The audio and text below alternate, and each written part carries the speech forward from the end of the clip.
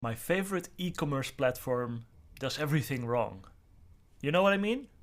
Well, what do you think when I would tell you what would a good e-commerce homepage need? You would probably think it needs to build trust and authority, and it needs to help people make the right choices, get to the right product page as fast as possible, have a clear navigation, trust and authority badges.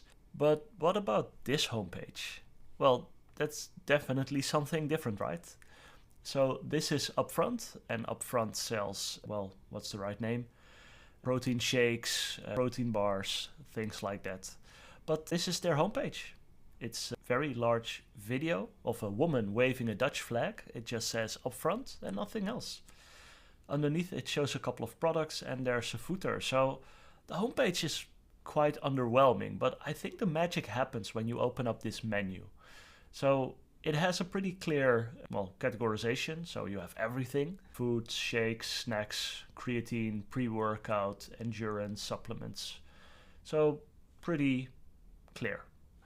But here on the, well, what would you call it? The collection page or product category page, I think this is where it gets really cool because we have once again the same categories on top. But then when you would hover over these products, you would have a beautiful 3D animation. And I think this is such a cool way to show the products. I think after a while, immediately the choice option pops up. So if you would want to get a Mojito whey lemonade, you can go straight from here to quickly add it to your cart. But it goes even further on the product page. So if I would go to their pre-workout, to their product page, this is what I think is one of the coolest product pages that I've seen. So you have once again that cool product video, which shows the product, and it's called Upfront because they're being very transparent with what is in their products. So the product label Upfront has a very clear nutritional values, what ingredients is being used. It says how many scoops you would need. And yes, this has 300 milligrams, which is quite the boost. They also say that it has a warning. This has a lot of caffeine and beta-alanines, so don't use it before in the evening or going before bed. But even on this landing page, or product page, I should say, there's something missing probably, and that's the big screaming add to cart button. So for this product, there's only one size. There are 3 flavors, but one is out of stock. And yeah, this is the main call to action.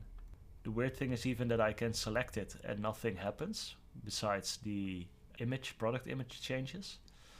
But I have to click add. And one of the other products that I found was interesting are the protein bars, because you can get a single bar or a box. And a box is 12 bars, so you pay less per bar.